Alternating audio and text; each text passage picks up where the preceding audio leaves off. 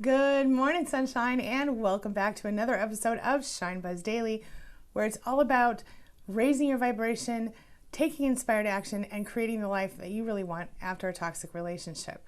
Today, we are going to talk about something kind of cool, and I think that you're going to find it interesting. The reason I say this is because what it all comes down to is that this video has been requested multiple times, so here we go. I'm going to share with you 10 places you can meet new people or reconnect with friends as an adult, and essentially how to revive your social life after a toxic relationship. So I'll tell you what, when I was going through when I was going through my divorce, when I left my ex-husband, I found myself in this really weird place because I didn't know anybody. Like, I had friends before I met him, and during the time I was married to him, he slowly isolated me from each of those people. And I had a few friends left, none of them were local. And then I moved to a different part of town, which in St. Louis is like a different city, basically, when you move to a different part of the county. And so I didn't know anyone at all. And so I didn't know what to do, but I knew I needed to get a freaking life. You know what I'm saying? Because here I was a single mom. I literally had no one to go out with, no one to hang out with that I wasn't related to. And at the time, some of the people I was related to were a little toxic.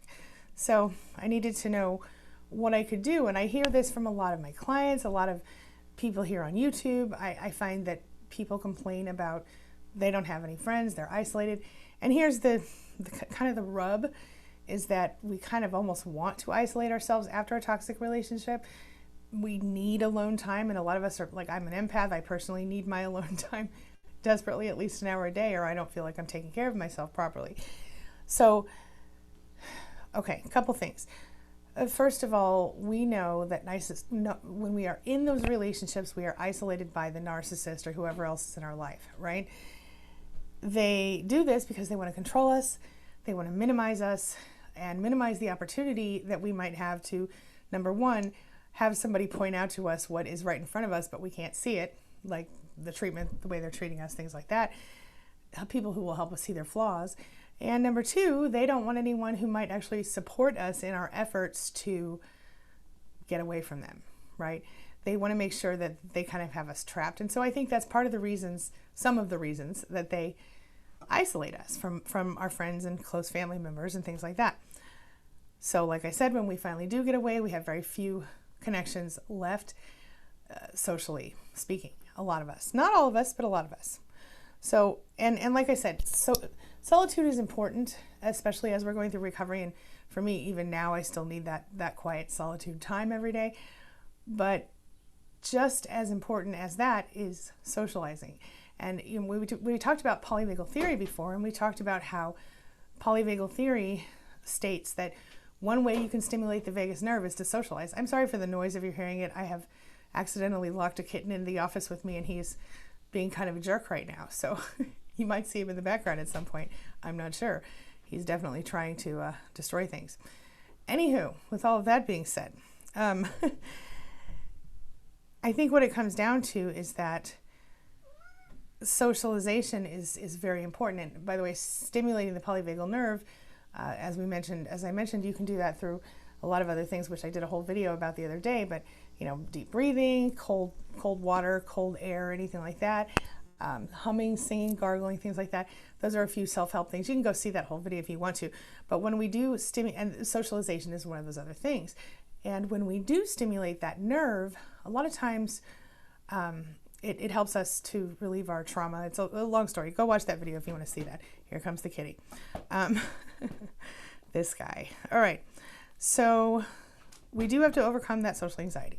So a lot of us, he's just in a mood. A lot of us find ourselves socially anxious and even suffering from like almost debilitating social anxiety after one of these relationships. So that is something that's a whole other ball of wax. And I will be happy to make a video about social anxiety if that is something you are struggling with. I have made them in the past. So if you just want to search my name and social anxiety here on YouTube, you'll find that. Otherwise, I'll try to link it here whenever I do post the replay. But if you do want to see more about that, let me know in the chat or the comments, whether you're watching here now or you're watching later. But regardless of all that, today I'm going to share with you 10 ways, 10 places, 10 ways, actionable things that you can do to meet and or reconnect with people. All right. So we can revitalize our social life, which is important for us. I hope that this kitty is not too distracting. So number one, start with the support groups. So if you have already joined the narcissistic abuse recovery support groups and you're kind of past that point, there are other groups you can join in the meantime to kind of get your social wheels rolling again. For example, we have the Shine Buzz Daily group, which is, which is not about narcissists, which is all about feeling good every day. And we also have the Span Book Club, which is just about reading and talking about books, and that is run by Sarah Brown, one of our awesome admins. And then the QueenBeeing BEEs, which is the Boldy Evolving Empaths group, which is next level stuff, just like this. So those are some groups, and if you're interested in those, you can go to queenbeeing.com/group-support or queenbeeing.com/span, SPAN, and sign up for those. They're all free. But let's move on. These are online groups. These are a good way to kind of start and find people to connect with online safely. And then when you're ready, you take the next step and you go out into the world, right? And so you can start, I suggest that you start by trying to reconnect with old friends if possible. So there might be old friends that you have locally or nearby that you kind of just lost touch with. And certainly some of those people might not be interested in reconnecting to you in a friendship, but I would bet that right now off the top of your head, you might be able to think of at least one friend that you had before that might be thrilled to hear from you now. So one thing you can do is reach out to old friends, reconnect, whether they're local or long distance, reconnect with an old friend, make plans to get together, maybe go have a coffee or a drink or whatever. Do something to take that step. And if you explain to them exactly what happened, look, I'm really sorry, I was in this bad relationship, I got isolated from everyone, and I miss you and I'm sorry, most of the time they're going to feel you and they're going to understand, okay? All right, so then the third thing I was going to suggest is you can go to church or synagogue or some other kind of spiritual place where you can connect with people who are on a similar spiritual level to you, and then you can join the women's group or the men's group or the, help out with the youth group or whatever it is that you want to do as part of that community. Churches and synagogues and things like this have really great communities. There's also there's in St. Louis, there's like a Jewish JCA, Jewish Community Association or something, really nice big community center you can get involved with. They have all different ones for different types of religions, and so that's always a good place to go. Then number 4, get involved in the community in general, the community that you live in. So you can join like local clubs or committees. You can get involved in like community beautification groups, or like sometimes they have gardening groups, or they'll have volunteer teams that'll go around and bring food to people, things like that. Charity groups, things like that. And then you can also look for different activities, or a lot of times the community centers will have things that you can do there with your kids or without. And then there'll be like a ladies' day out, or men's weekends or whatever. And then there are things like the Moose Lodge and the Elks Lodge and the community center there and things like that. And then also don't forget about your kids' school. If you still have kids in school, there's like PTA, there's like different organizations you can get involved with there. Like I'm a band mom, whatever it is for you. And then, so those are some things you can do locally in your community. Number 5, you can start your own group. One of my clients started a knitting group, and for a long time, it was really helpful for her to connect with people who were on it. It was a bunch of intellectuals in a knitting group, and she said it was really great until some other stuff happened. But so your own book club, maybe you have you want to start painting. And speaking of painting, this is not even on my list, but go to one of those sip and paint things. You don't even have to bring wine if you're not a drinker, but just go and have fun, and maybe meet some new people that way. Lots of different things you can do there. And then, so starting your own group is that point. If you have an interest and you think you can, pull together a few people locally, or you can put up an ad somewhere locally and bring a few people in, very helpful. Number 6, speaking of, bowling team, sports, you could join a local softball, volleyball, bowling team, soccer team, anything like that. And this is another one that I didn't put on the list, but a municipal band. If you play an instrument, you can join a municipal band. My son asked me to do that today because I play a bunch of instruments from back in the day when I was younger. So we might be doing that together. But a municipal band or a choir, if you like to sing, anything like that. Number 7 is a little different. It's, find a place where everybody knows your name, yo. What I mean is, it doesn't have to be a bar. It can be a bar if you can safely go to a bar without getting too, whatever. But I would suggest like a coffee house or a restaurant that you go to every day. Maybe not every day, but someplace locally close to your home. Maybe you can walk there, or it's a really short drive, where you can just go and kind of maybe stop in every day. Say hi to the people there, have a cup of coffee, go on your way, whatever. When you have a place that you can go to where people know who you are, a lot of times that is a good launching point for a social life, All right. Number 8, neighbors and your neighborhood. So get outside. Like if you have a dog, go walk your dog. If you don't have a dog, go speed walk or whatever, or just go meet your neighbors if you haven't yet. If you live in an apartment complex, maybe someone new moves in, you go over, you bring them a plate of cookies. Same thing if somebody moves into your neighborhood next door. Like if you're outside and you see your neighbors outside, go over and say hello. Reach out to people that are literally right next door to you, and you might be surprised at the great friends you can make. Now, that's not always the case, and I'm not saying it is, but it's one option. And then number 9 is what I did back in the day. I also did some of these other things, but people you work with.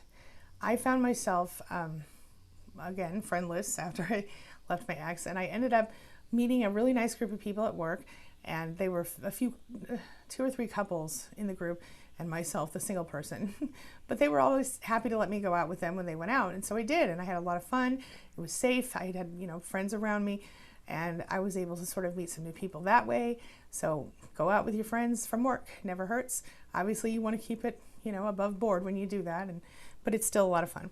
And then finally, number 10, meetup.com. We talk about this one all the time, but in most areas, you can get on meetup.com and find groups within a certain range of your house where you can, find people with similar interests, find people who are doing activities you want to do. I've seen dinner clubs, I've seen wine tastings, I've seen, social clubs, I've seen work-related stuff, like if you're into social media or painting or whatever it is that you're into, somebody on meetup.com is probably already doing that in a group. So just go look locally, browse. If you know exactly what you're looking for, type that in. If not, just go look in your area and within a certain radius of your home. You'll be shocked at all the people who are on the same page as you, looking for or trying to be part of some group like that. That's the thing. So one more thing that I just thought of right now. Another one of my clients struggled with the same thing like we all do, and she found this app called Bumble. And I think you have to be really careful with any sort of app that you get involved with, but apparently she met several platonic female friends through this app called Bumble. So that's something else you can look at. I can't personally vouch for it, but I can tell you that this worked for that client. She met several really nice people. So let me see here. All right, now I'm going to read the cards really fast, and then I'm going to jump right in the chat and we're going to talk. All right, so let's do this. Alrighty, first of all, the Dialectical Behavior Skills Therapy deck is our first. So, oh, by the way, this is your homework. And by the way, I forgot to say, it's time to read the cards. Ba-dum-bum. Okay, today we are doing our second emotional regulation skill. And this one is pretty good. I didn't even look at it before. It says, say how you feel. To help you recognize and cope with how you feel, it's often helpful to say it out loud. This might sound silly, but stating how you feel, like I'm scared, highlights how you feel and can help you choose the best coping strategy, like use mindful breathing. Try it today. So what they're saying is, when you have a feeling, if you need to recognize it, you need to cope with it, say it out loud. And I think that makes a lot of sense because it highlights how you feel. It can help you choose the best coping strategy. So if you're scared, use mindful breathing. You see the point? Okay. All right. And our affirmation for today, there it is. Ooh, I thought I lost it. Which comes from the Super Attractor deck by Gabrielle Bernstein. And these will be linked in the description after this video is reposted.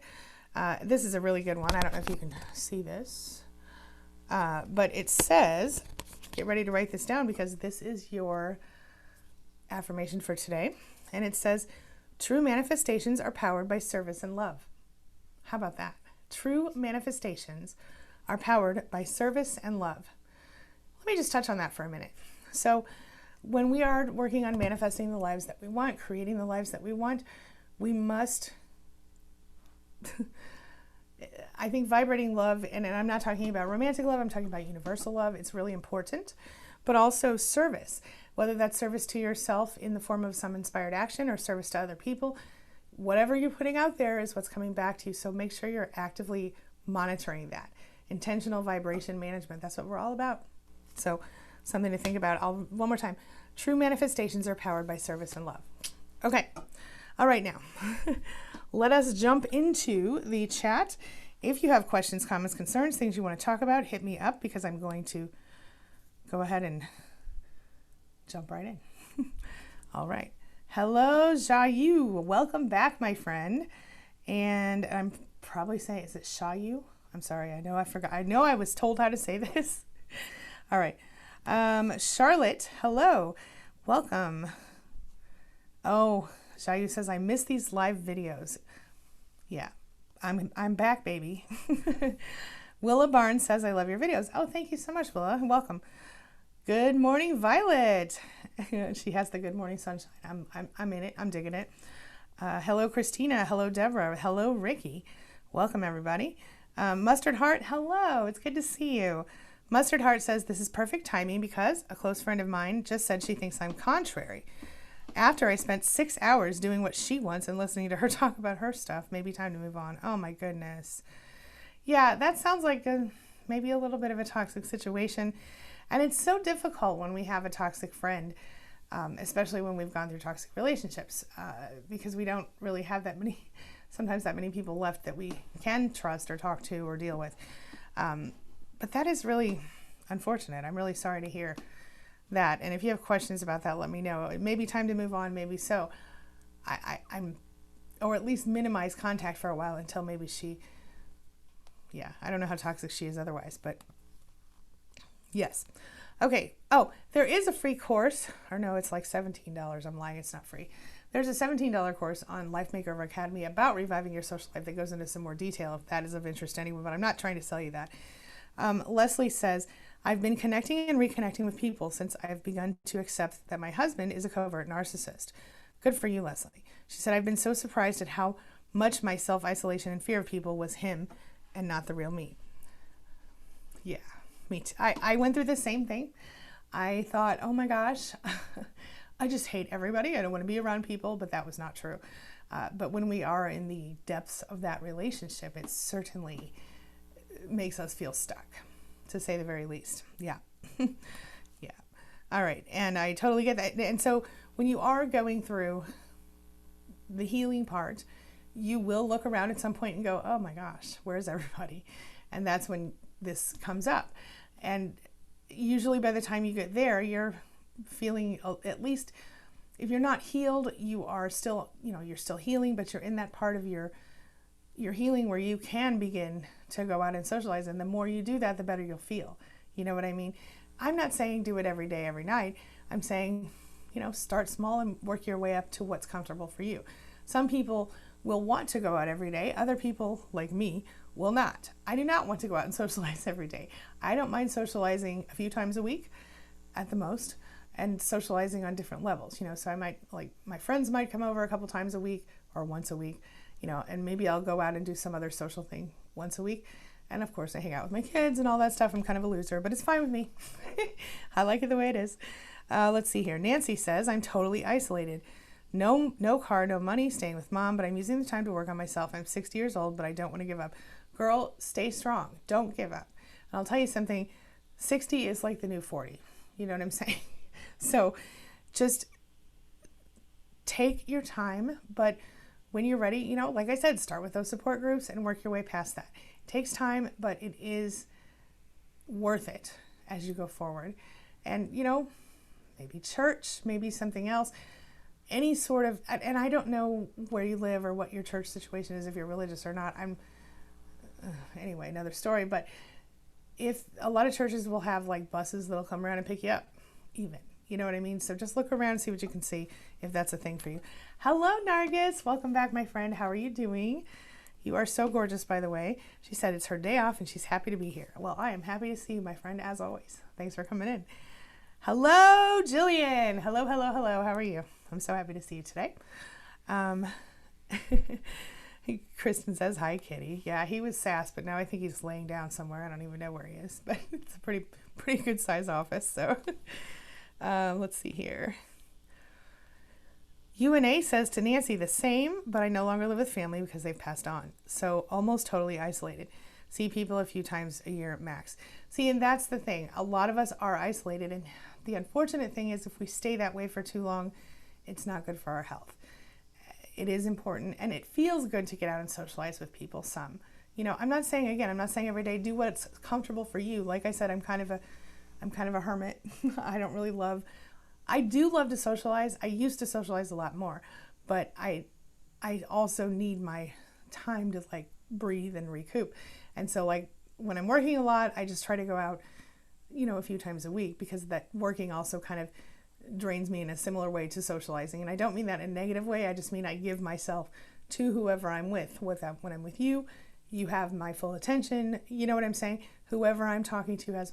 So I sometimes just need to recoup. Mo Cowboy, hello, my friend. Welcome back.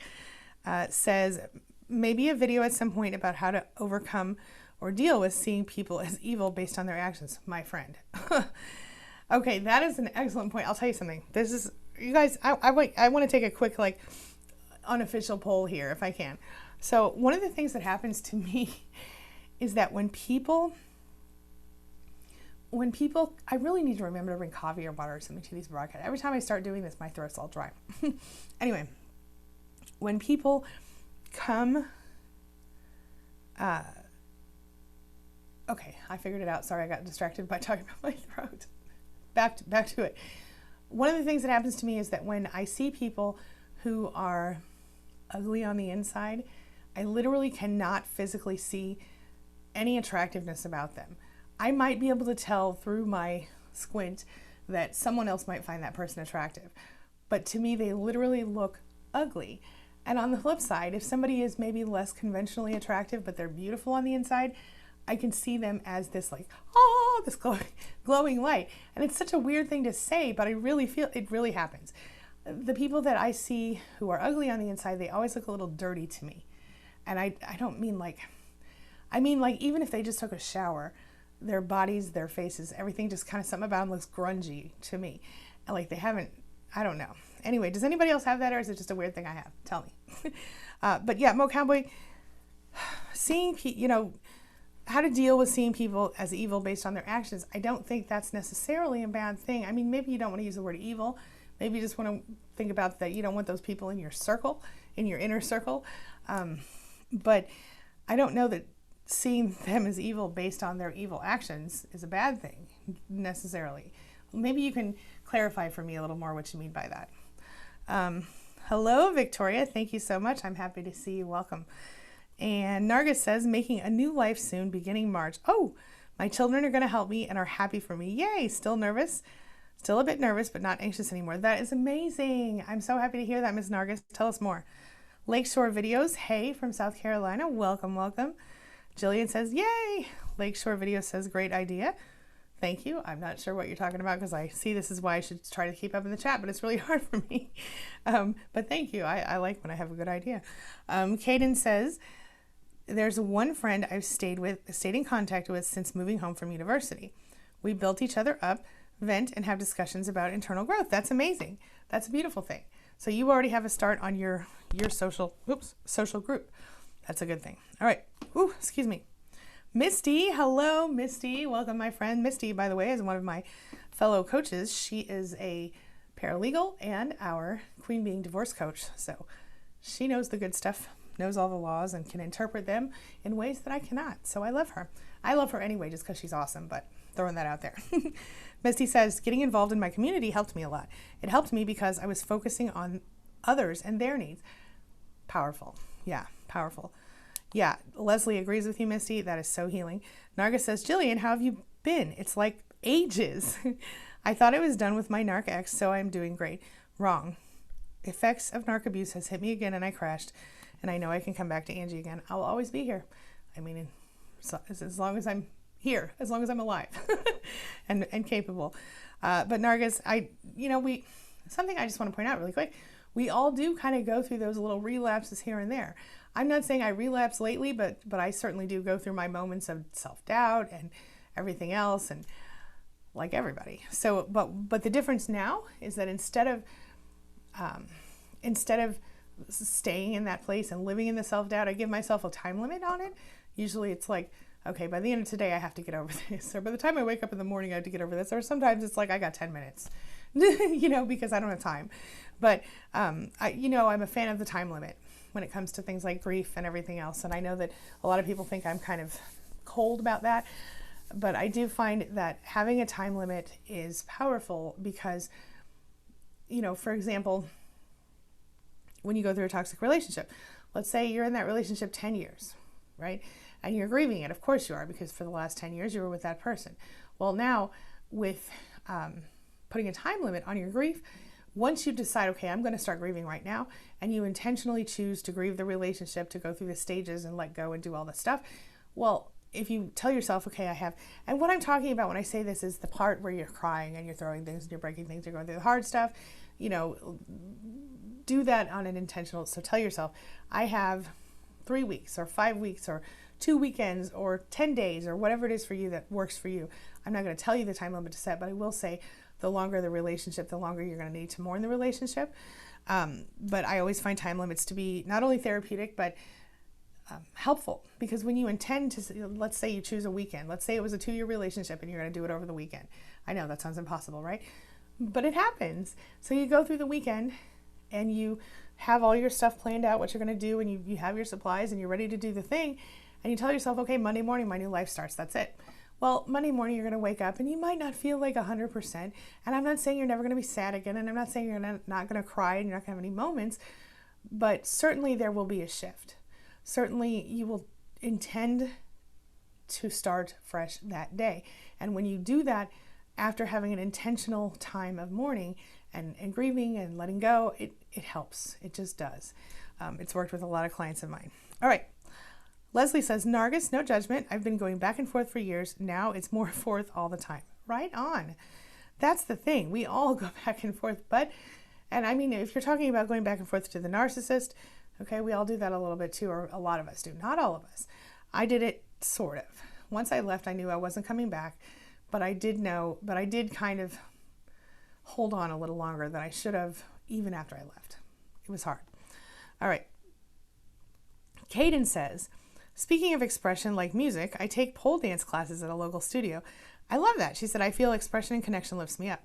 That is awesome. Caden says, local for Florida means 30 minutes away. The Ariel studio in Colorado was only a 15-minute walk from campus. That's the thing. Wherever you live, like in the St. Louis area, it could be up to an hour away and still be in St. Louis. Whereas, other like small towns, local might be the 5 or 6 small towns surrounding that as well. So whatever it is that it is for your area, it's,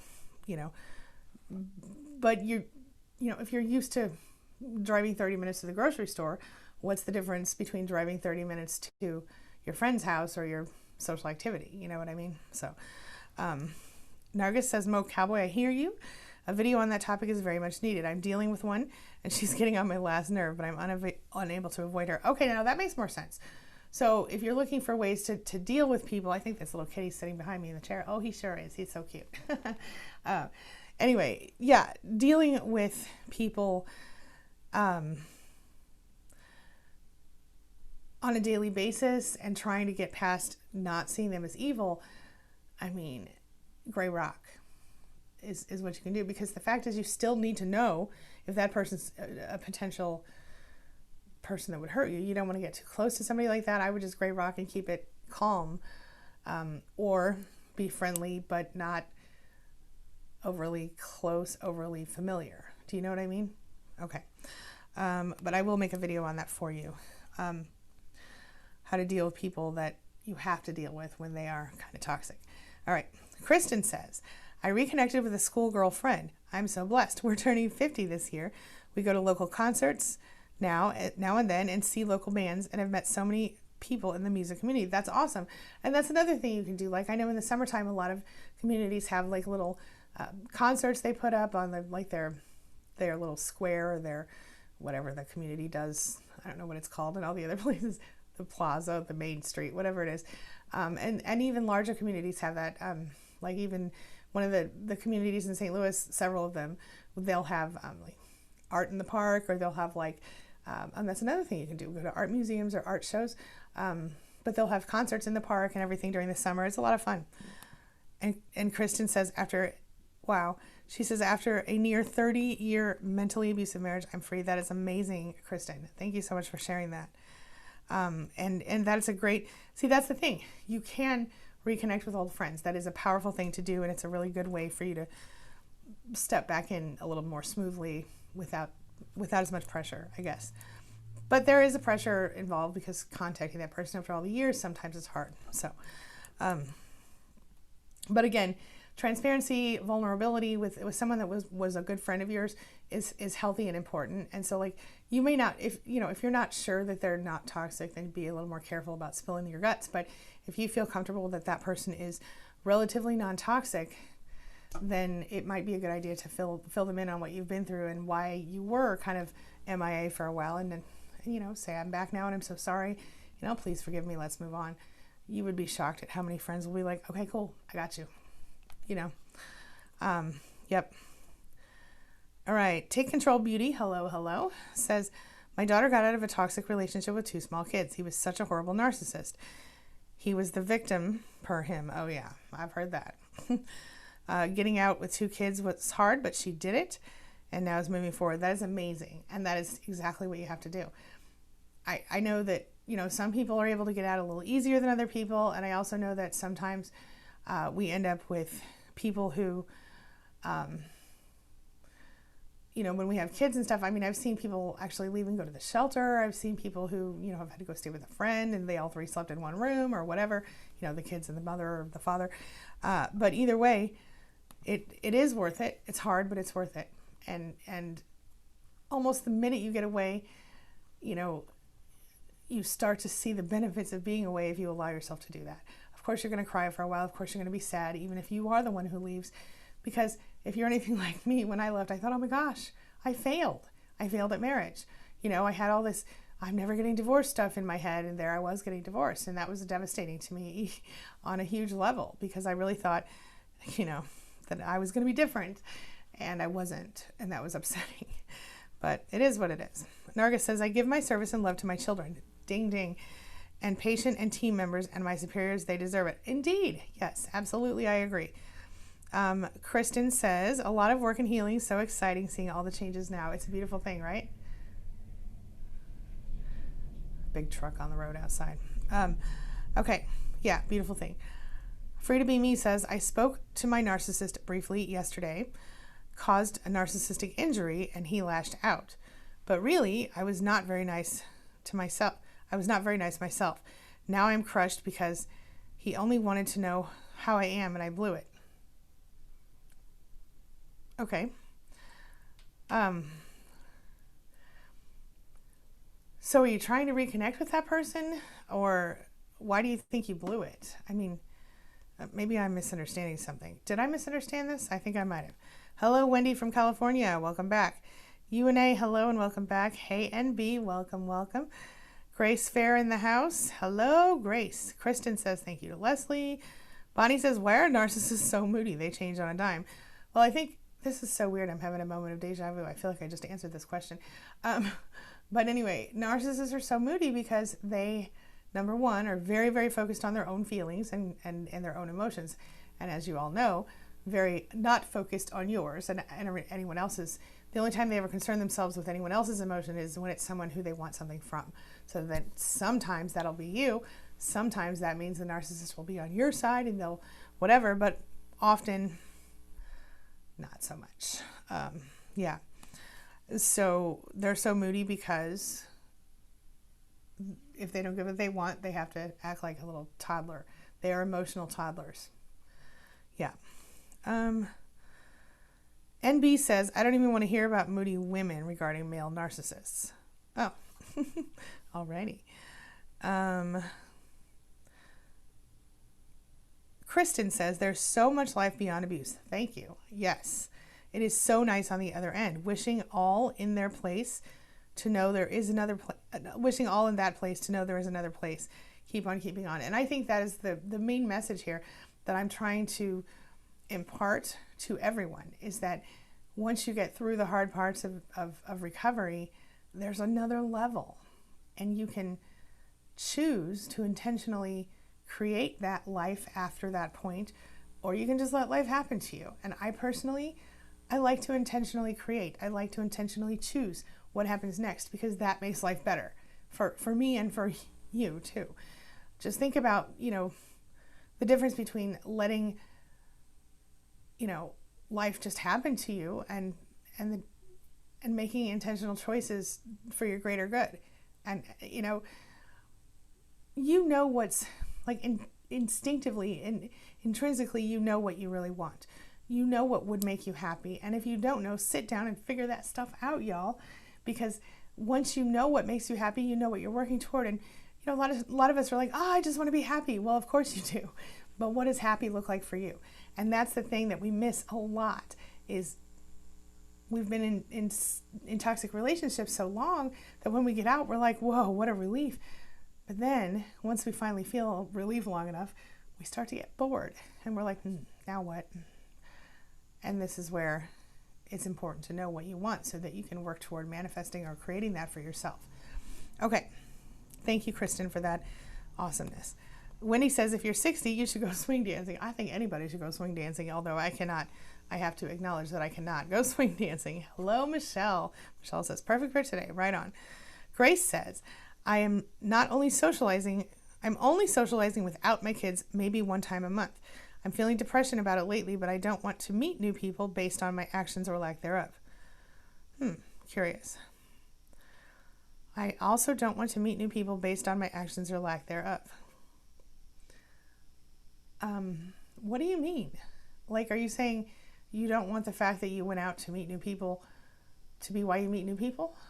Or maybe I'm misunderstanding, and I apologize if I am, Grace, but would you mind elaborating for me a little bit? Richard says, hi, everyone. I'm late to the chat. I was driving. Hey, Richard, welcome. Welcome back. Honey Love in the house. What a great name. Hello, Honey Love says, after dealing with toxic people, family, I'm so drained. Oh, girl, I feel you. They are draining. They drain us. I've talked about this one a number of times. I'll tell you again. If you ever watch the show True Blood, there's the vampires and the fairies, right? So the main character is Sookie. She's a fairy. And then she's dating that Bill the vampire guy. And then there's Eric the vampire, who's super hot. But anyway, Sookie and Bill, let's use them as an example. Well, Bill the vampire, he is different than all the other vampires. He's nicer and more concerned and more conscientious in so many ways. And yet he still, when he's injured at one point, smells Sookie, who smells amazing to him. And he almost kills her, because when vampires smell fairies, they want to eat them. And then what happens is, once they've eaten a fairy, they can walk in the light, in the sun, without being burned. And fairies are attracted to vampires because as they walk around in the world, they hear everybody's thoughts. But then they meet a vampire, they can't hear the vampire's thoughts. So it's like a mutual attraction, very similar to narcissists and empaths. And the vampire secretly wants to and almost needs to consume the fairy's light in order to be able to have light themselves. Yeah. So anyway, my point is, we feel drained because our energy is drained. They are energy vampires. That is my point. Okay, moving right along. NB says, anything about returning to live with a narcissist only to have it blow up time and time again? Everything. Yeah, like I don't know anyone who ever went back to a narcissist and found it suddenly to be a successful relationship. Usually what you get is anywhere from a few days to a month, up to 6 months of okayness or goodness, and then bam, back in the usual thing. So yeah, tell me more things about that, and tell me if there's a more specific question. But again, narcissists they can change, or they in theory could change, but they don't change, at least not in my experience, and not the experience of a lot of other experts that I've spoken to in this area. So yes, Honey Love says, thank you for all you do. Thank you, my friend, and I'm happy to be here. It's my pleasure and my honor. PGTT in the house. Hello, hello. Welcome back. Says, I'm inspired to start my own group for women 50. Okay, cool. Kaden says, yeah, I try to make it a point to leave the house once a week. Right. That's kind of how I am. If I haven't left in a few days, I'm like, well, I better go out. But because I don't want to be a total hermit, but it is easy for me to just, spend time without people sometimes. But that's okay. That's why I think it's so important that I'm bringing this to you, because I'm sure that a lot of you also find it easy to spend time without people sometimes. So yeah. Nancy says, UNA, I know how you feel. My dad is gone, but my mom is here. She's 87. My kids are 22 and 17, but they live over 200 miles away. Oh my goodness, honey. That's hard. That's hard. NB says to Bonnie, low testosterone, narcissists are grungy. Mine wouldn't shower around me much anymore, but for others, cleaned up real nice. Typical. Yeah, typical. And that's a sign that there's something wrong. It's a red flag. Lotus Aura Moon says, finally have validation after 5 years of healing and feeling re-triggered. Need to be further healed to protect my son. Feeling I can't do enough in the time needed. Healing is such a long road. It is a long road. I'm trying to remember the situation with your son, but I can't recall if you told me. And I'm usually pretty good at remembering stories. I think I've only seen you once before in the chat, so if you would remind me of the story, I try to offer some advice on that. But it certainly is a long road. But that doesn't mean that you have to stay. It doesn't mean you have to be stagnant on the road, right? I think part of the beauty of our life is the journey that we take to our goals. I think a lot of times we don't even realize the gift of such a journey, and when we look back, we're like, oh, wow, that was really cool. I should have paid more attention to that. You know what I mean?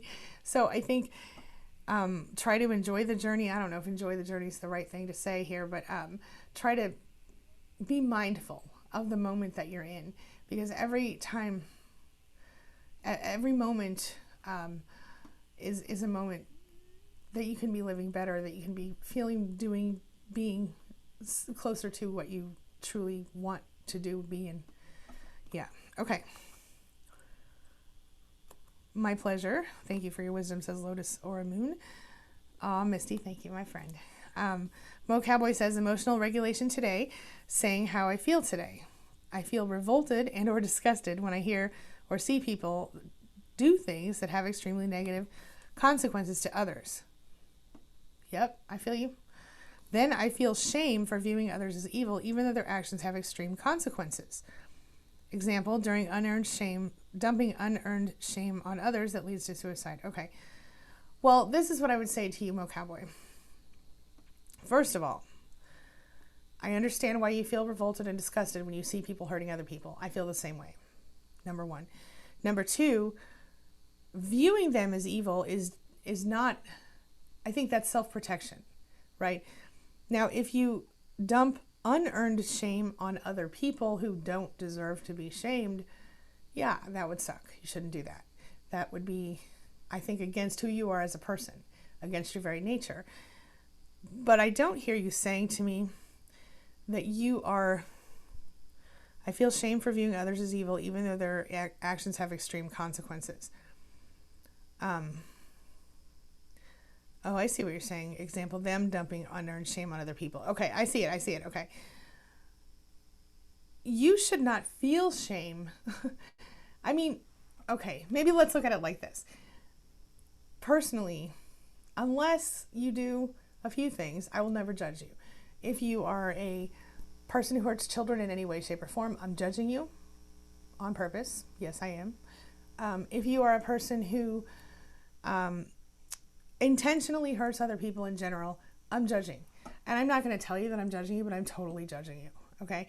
If you are a person who does their best, tries not to hurt anyone, intentionally, and who just tries to, be a good person, or is at least making some effort toward that, I will never judge you. I don't care what kind of weird stuff you eat or what kind of weird stuff you do behind closed doors, as long as it's not hurting anyone and everybody's consensual and above a certain age when it comes to intimacy, right? So I think what you have to work on, Mo Cowboy, is feeling shame for the way you feel, because I think that's probably a leftover from the abuse, right? And so I think if you can try to let go of the shame that you feel and maybe step back from the judgment a little bit, right? So yeah, okay, you view them as evil, you see them as evil, they're evil. And what do you want to do with evil? You want to keep it away from you, out of your space, right? So instead of focusing on, oh my gosh, evil, evil, evil, evil, this is what you do. You go evil and then you turn away and you go the other direction. You know what I'm saying? Does that make sense? Let me know your thoughts. Bonnie says, I went to a function through my church, a totally unconventional Elvis impersonator singer. That's awesome. She said it was a blast. I met a lot of new people, and they have at least 4 or 5 shows a year. New friends, who knew? Bonnie, thank you so much for providing an amazing example right here.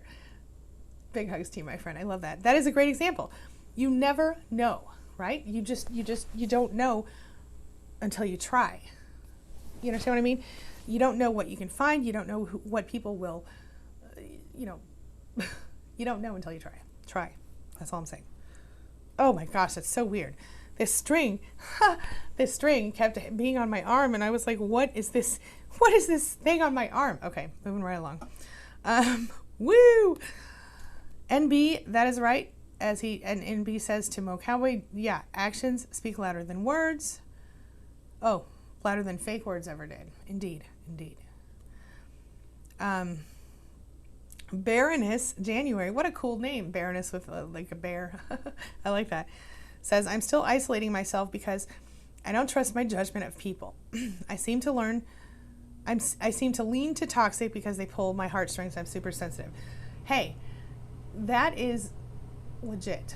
I have a client right now who is so sweet and just the best person you ever want to meet, and she's found herself going through being financially abused by a friend, manipulated, taken advantage of by one of her friends, and I am so sad for her, and we're working on that. But it's if you're in that place where you're still like, I don't know if I can trust my own judgment, then what I would suggest to you, Baroness, is set your boundaries.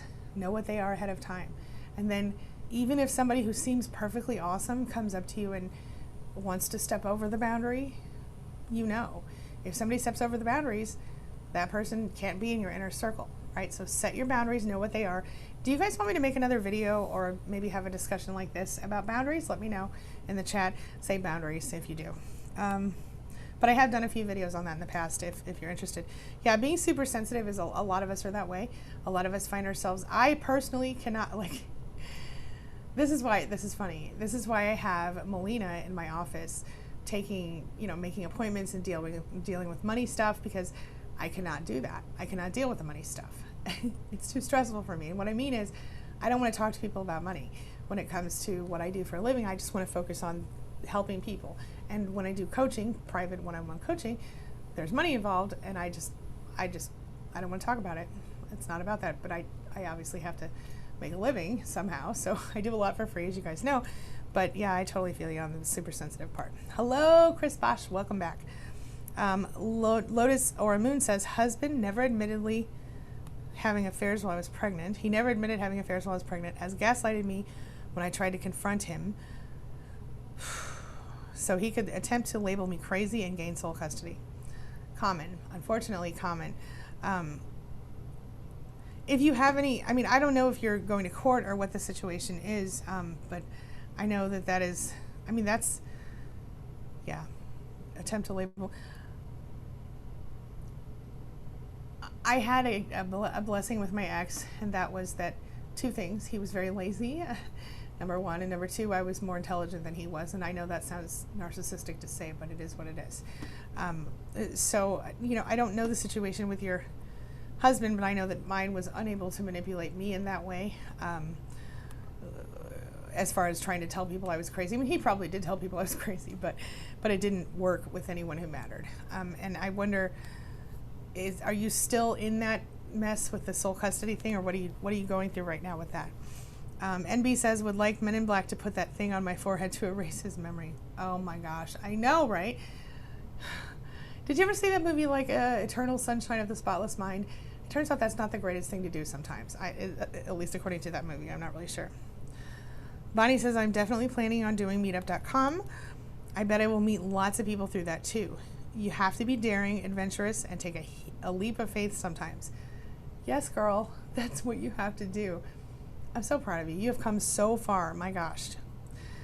Chris says, my ex killed my desire to be creative. I used to wonder why he never complimented my work. Well, I'll tell you why, honey. Probably because it was really good and he didn't want you to know that. My ex would shut down any and every creative pursuit I had, and he would act like it was just nothing, and he would just blow it off, and then let's get back to me. You know the deal. Yeah. Leslie says, or a Harry Potter wand. Yeah, right on. Frank and Doll in the house. Hey, Frank and Doll, welcome back, my friend. Says, oops, where'd it go? Darn it. Hey, E-Rock, welcome back. Frank and Doll. Hate when that happens. Hold on, I'm gonna just Control F, find it. There she is. Okay. She says, yes, the neuralizer thingy. I want no memories. You know, I do see the benefit to that, but like, look, if we honestly had no memories, then we could not be as evolved as we become, because we couldn't be aware of the red flags, and we'd probably just end up with another person like that. Let's be honest. It's better to remember. I know it hurts more, but it's better. Maybe there would be a way that we could just forget the pain part. I don't know. I don't even know. You can't. Here's what I've learned the hard way. Spending time living in regret is a waste of time. And you waste your present by living in regret of your past, and then you're basically letting the past waste your present. It's a whole conundrum situation. And I have this strangest feeling that Mo Cowboy could explain it so much more eloquently than I could. Anyway, he's very, look, I'm going to say it, eloquent. I just said it, but I'm sorry. See, I'm not eloquent. Not today. Let's see here. NB says to Kristen, by the way to go on getting out of that. Kristen said, Bonnie says, Kristen, that's what they do. We have to create a new narrative for ourselves and stop believing the narcissist lies. Yes, girl. Violet says, I'm so sorry to Lotus or Moon. That is horrible sending you love. Same, agreed. Let's see. Mo Cowboy says, I also feel guilty as I now gray rock and walk away in horror. Rather than saying anything, then avoid or no contact. Yet I feel guilty for possibly enabling. Honey, you are not in control of the whole world. You don't have the responsibility to fix everyone else around you. This is another curse of an empath. We see a problem, we think we need to help fix the problem. But what we have to stop and recognize when we're healthy is that we don't have to fix everybody's problem. You start with yourself and the people you directly affect, and that's where you start. You start with yourself, and then when you're ready, you start with the people in your inner circle. And I'm not saying you need to change them. I'm saying you cannot change anyone who won't hear you, who doesn't think anything's wrong. You cannot change anyone who does not want to change. You can only change yourself.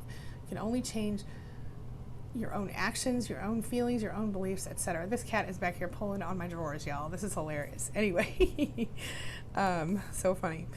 Okay. Take Control Beauty says, my daughter started 4 years into the relationship. My daughter, that he had, I think she means stated 4 years into the relationship, they had a huge issue. So the I can't stand you started then. By the time the break came, 9 years, yeah, she was done grieving and ready to move forward. I actually see that a lot, especially when the relationship goes on so much longer than it should. You go numb and you do kind of grieve the relationship before you even leave. And not everybody does it. Some people kind of stay in denial the whole time, or they know they have to go, but they feel like they're stuck in limbo. Either way, that good for your daughter. That is a blessing, actually, for her to have been able to already been done by that, done with the mourning. But don't be surprised if she doesn't come back around and have another bout with it, because there's the euphoria. I think in alcoholics and stuff like that, or addicts, they say there's a pink cloud syndrome or something, where they feel super awesome and excited about everything for a while and everything's great and they're recovery, but then like the other shoe drops and stuff starts to suck, and then they feel like they're either going to relapse or like they've failed completely even if they didn't relapse. And it's the same kind of thing with narcissistic abuse recovery. We do sometimes relapse a little bit. Edel says, I love your videos. I learned a lot. Thank you. Thank you. I appreciate you, my friend. E-Rock Freedom, hey E-Rock, says, ever feel bad for just being really angry, even if it's righteous anger? Yes.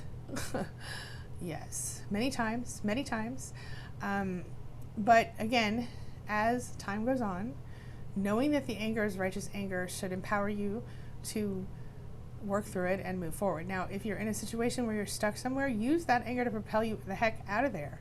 That's what I had to do. But if not, if you're already out and you don't need to, propel forward to somewhere else, then my goodness, work on releasing that anger. But if you're in the process, but you have to allow yourself to acknowledge the feelings of why you feel the way that you feel, or it's just going to instead of releasing it, you're really just going to be secretly stuffing it back into your body and making yourself miserable. So keep that in mind. E-Rock, how are we doing today with our sobriety stuff? Let me know before I go, because I'm going to go in just a few minutes. Jillian says, in my mind, the only relevant question is how you think you're doing, not what the narcissist thinks. Ding, ding. He gave up that right when he started to abuse you. Jillian, as always, is 100% on point. That's right. That's absolutely right. It doesn't matter what the narcissist thinks. They abused you. They don't get a choice or an opinion. Yes. Thank you, Jillian. E-Rock says, I can't walk around with a smiley, happy face when I feel disgusted at how so many people are. And of course, I have to be a big boy and ask, what does that say about me? Honey, I'm not asking you to be fake happy. I don't even believe in being fake happy. I do think there's something to the fake it till you make it thing, but only if you actually try to make it. Now, right now, you're going through a lot of stuff, man. And if you need to frown. It's okay. It is. Be yourself. Be honest. Don't lie to yourself about your feelings. Let your feelings flow and go through. Absolutely, I feel you.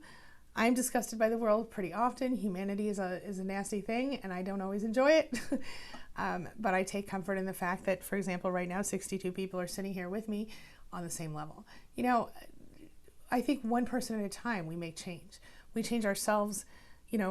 One of us, if each of us here, 63 of us right now, were to help one other person to overcome a hurdle or to feel a little better about themselves today, imagine the impact and the ripple effect that can have on the whole world. So let's all do this today. Let's all make a point today of saying or doing one nice thing for anyone else in the world. One person at least. Let's see the ripple effect, shall we? It's a beautiful thing. Chris says, I love your background decor. Well, thank you, my friend. I did that myself. Well, I didn't paint that. I bought that, but I did put it all together. Thank you. E-Rock says, it just says that I'm noticing toxicity and narcissism everywhere. Please tell me I'm wrong. Okay, let me say this. I want to tell you that you're wrong. I do know this. I know that as we go through recovery, a lot of us look around and go, oh my gosh, they're everywhere, because now suddenly we're aware of them, right? It's just like, they say Christopher Columbus on the ships coming over, they say the Native Americans couldn't see them. They couldn't physically see them coming because they'd never seen anything like that before, right? Well, what happens when ships, then after the first few ships came over, well, they started to be able to see the ships, right? And suddenly there were all the ships. Well, that's a lame example, but here it goes. Here's the thing. The thing is that when we don't know what we don't know, we don't see the toxic in everybody. We a lot of times are brought up by toxic people, and then we go on in the world and we meet more toxic people. They seem like home to us, so we end up with them, and so we attract toxic people. Well, at the point at which we go, wait a minute, I have misunderstood everything. This is what I know to be true now. I've learned these new things, and I now understand that this behavior and that behavior, those are toxic things. I don't want that in my life. That is the point at which we start to see them everywhere around us, right? And that is also the point at which we make a choice and we choose which, we choose our inner circle. We say, and maybe our inner circle is just ourselves to start, but we say people cannot be so close to me if they're toxic. And so we push the toxic people back or away from us completely, and we make space in our lives for people who aren't toxic.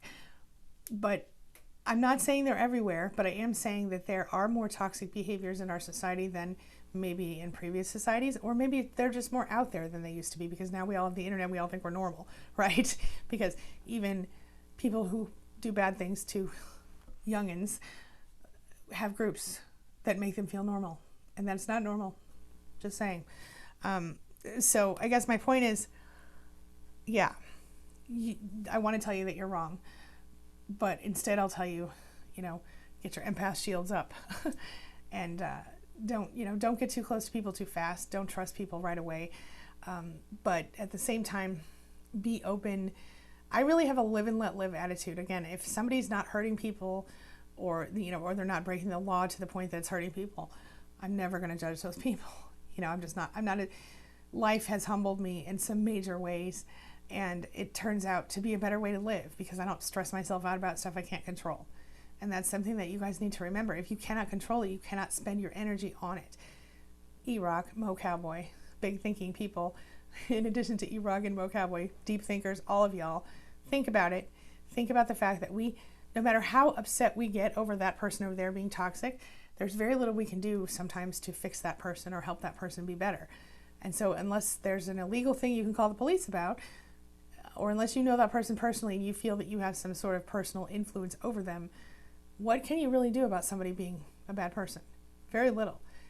So outside of warning the people closer to you, like, hey, that's a bad person, and even then, it's iffy because you don't know if they'll believe you, don't waste your energy on those people. You're just wasting your energy when you could be doing something for yourself or something for someone you care about who matters. Do you understand what I mean? It's really, I know it sounds oversimplified, but focusing on what you can control versus what you can't control, huge deal. Think about it. All right. NB says, last time I saw my narky boy, I could not count how many times he said I. This isn't working for me. That's common. And a lot of times, if you want to test and see if somebody really is a narcissist or not, you can ask them something like, so what do you like about me? Or what do you like about that person? Or whatever. 9 times out of 10, they're going to say, I love that you rub my back. I love that you do this for me, do that for me. I love how you take care of this for me, that for me, cook for me, blah, blah, blah, blah, blah, whatever. And what it all comes down to is, I love what you do for me.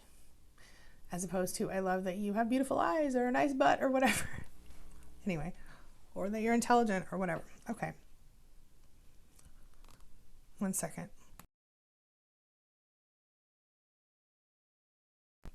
Maybe I need a humidifier in this room. I only come in here for shooting videos for the most part. So, I don't know, it feels really dry in here. Anyway,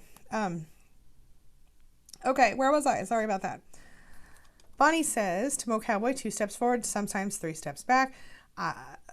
Then we leap forward again. All old habits die hard, but I believe we are moving forward here together. Yes, girl, you are doing fabulous, Mo Cowboy. Yes. The Mo Cowboy says to E-Rock, I spent the first 60 years of life not feeling angry due to programming of anger not allowed. Okay, this makes more sense. I felt extreme anger during the first year of recovery, and now I'm feeling revolted and disgusted. Okay, that's powerful. Revolted and disgusted might be your body's way of saying, stay away from those people. Can you look at it like that? That's your intuition speaking to you saying, those people are not my people. Do you feel me? Does that make sense? I hope so. Leslie says, E-Rock, same here. Yes, I feel bad, but it's because I'm not an angry person. My covert narcissist made me that way, probably part of processing and healing. Yeah, and you guys know that anger is one of the stages of grief. And we do have to go through the stages of grief in order to really get past what was done to us. I mean, they wasted a lot of years of our lives, and a lot of us came out of homes where that was another, an additional factor of toxicity. So another thing to think about. Yes, Passion Finder on LMA, absolutely. Thank you. Which you go to, well, that's a, yeah. Okay. That's a class on Life Makeover Academy, or you can go to QueenBeeing.com/passion and download a copy of that Passion Finder. Right. PGTT makes a great point here. No, you're not wrong, Iraq. Would you rather still be blind to toxic behavior? That's the point. See, look, here it is. A lot of times I read people really, really well. I've studied psychology a ridiculous amount. I've studied people a lot, sociology, all that crap. Not that it's crap. And sometimes, and as an empath, I can, like you guys know, I can see people on a different level than some people.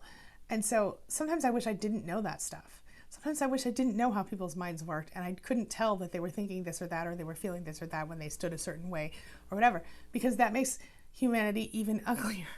It does. But with that being said, we still don't want to be blind to it, because being blind to it puts us at risk. We're more vulnerable when we can't see it, right? It's like I'm gonna just, if you're colorblind and you have red beans and green beans, and if you eat the red beans, you're gonna get poisoned. That's bad, And narcissists very often look just like other people. They look like green beans and they're really red beans, and we don't want to eat them. Sorry, my sense of humor is stupid sometimes. But it's a valid point that PGTT made. Bonnie says, yep, Angie, narcs are moody. They are only focused on their own needs, and they're emotional toddlers. I have to remind myself of that fact. It is so hard to wrap your head around it, but true. It is. It is. Say how you feel. Say it out loud. Right on. Yes. That was our card for the day, Chris. Okay, guys. Yeah, you guys are with me on the energy vampires thing. Card 2 paraphrased as he can't read his own handwriting. Do you guys want me to read the card again really quick? It said, this is our emotional regulation skill for today. To help you recognize and cope with how you feel, it's often helpful to say it out loud. This might sound silly, but stating how you feel, like I'm scared, highlights how you feel and can help you choose the best coping strategy, like use mindful breathing. Try it today. Say how you feel. So that is that. And then for those of you who are just joining us, our affirmation for today is true manifestations are powered by service and love. True manifestations are powered by service and love. Okay. I don't know if you guys can see those at all, but there they are. All right. The $17 special. There's a course over at Life Makeover Academy that you can take if you want to. I'm not trying to make you take it. I'm not even trying to advertise it at all. I just remembered that I had it over there. But it is about socializing.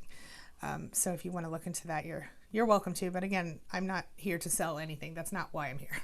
Not at all. All right. Okay. Yeah, I want to stay and talk some more, but I've got to get some other things done. So I will see you guys tomorrow morning. I will have a recorded video because I have a meeting tomorrow. I'd really like to do these live 5 days a week. I think it's more sensible for my schedule and other things, but unfortunately I have to have a meeting at least one day a week. So I think that day is tomorrow, in which case I probably need to, yeah. All right. So as always, I will be here tomorrow and I will see you then. And I appreciate you. And there it is. I was trying to be all slick and everything and find my window appropriately so that I could close it at the same time I'm saying goodbye, but heaven forbid that I'm ever on time and on track with things like that. I'm a little scattery. It's fine. Okay. I will see you guys tomorrow. Have a lovely day. As always, thank you so much for being a part of my day and a part of my life. Thank you for letting me be a part of yours. I am genuinely grateful for you every day, each one of you. Thank you. I'll see you tomorrow. Oh, wait, today's Tuesday. Also, I'll be live with Dana in a couple of hours over on her channel, Thrive After Abuse, here on YouTube, as long as she's up for it. And I will see you Thursday for another live stream here as well. Okay, see you soon. Bye.